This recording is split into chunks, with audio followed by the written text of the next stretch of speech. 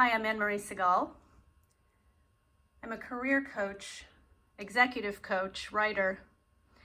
Not really a food coach, but here we are. First day of December, ready to face the holidays and lots of tough choices. So say you're faced with a donut versus an orange.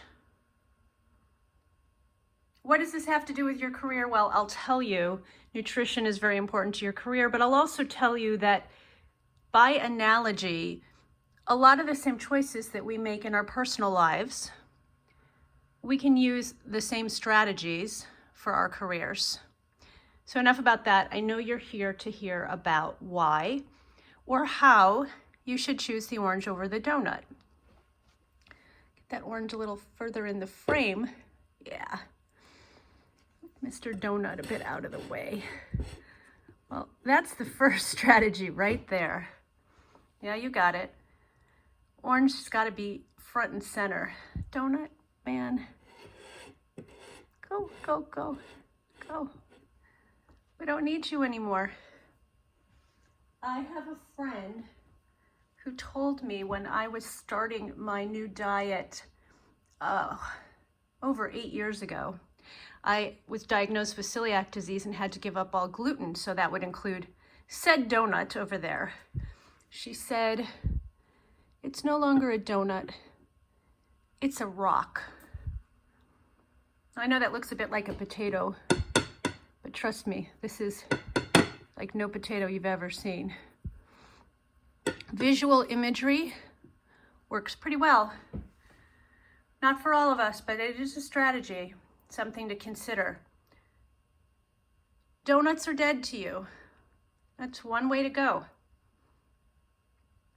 Absolutely a possible way to overcome the donut. Another strategy I used was to take pictures of things that I couldn't eat anymore.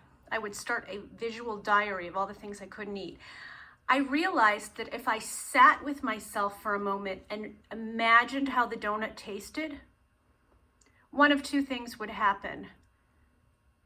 Either I would really crave that donut, and if I could bring up the image of having it, it would satisfy me a little bit, and if I could take a picture of it, it would satisfy me a bit more that I had kind of engaged with the donut. I know it sounds so silly, but it worked.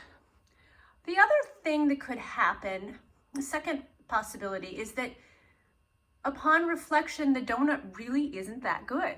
It's just not worth it. And certainly when you have an allergy, when you've discovered that and need to give a food up, it's easier. But of course, there are other things in my life that I choose to eat or not, choose to do or not, need to follow the same strategy.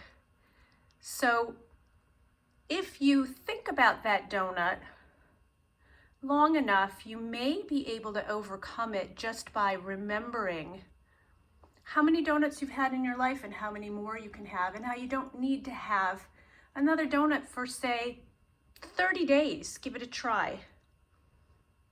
All right, so that's not going to work for everyone. Some people need this donut to just be completely out of sight. And the orange, okay, so we're stuck with the orange. And of course, it doesn't have to be an orange. It could be a mango. Could be a banana. Now that banana's peeled. Maybe it makes it a little easier. What about if we have an orange like this? How much more appetizing does that become? Maybe like me, you're someone who doesn't like those little white pieces in the orange, so then your orange becomes more like this. And I chose a different way to serve it.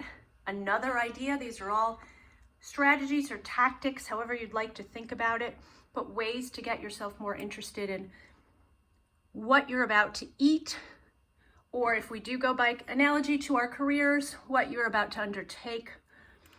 You might also, this is pico fruta. It's a Mexican spice mix. maybe you want to put something on. So there's a tiny bit of sugar in here. Maybe I'm overstating it with tiny, but there's some. Maybe to get started, you need to dress up that orange a bit. Maybe that's helpful. And again, with other tasks, maybe you need to dress them up a bit to make them more palatable as you're getting started in your change, whatever that is. So donut, rock, orange good. Happy holidays.